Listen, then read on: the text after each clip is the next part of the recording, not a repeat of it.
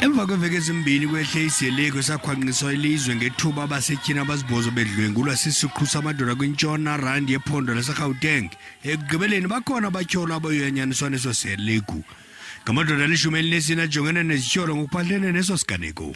All the 14 accused persons were part of the 82 that appeared last week in court. So now they have been separated from the 82 because remember that the remaining suspects are now facing only the charge of contravention of the Immigration Act. Abasetyhini bazuza inkxaso kulo lonke lo mdibaniso. Positive and creation energies to you all. The key word is linked.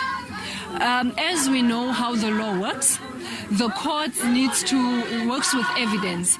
Therefore, those that are handling the case needs to prove beyond reasonable doubt that these perpetrators indeed are the ones that had done this thing. I'm here to really let South Africa know that I'm also a victim of this GBV violence. Yesterday morning, my wife got a call.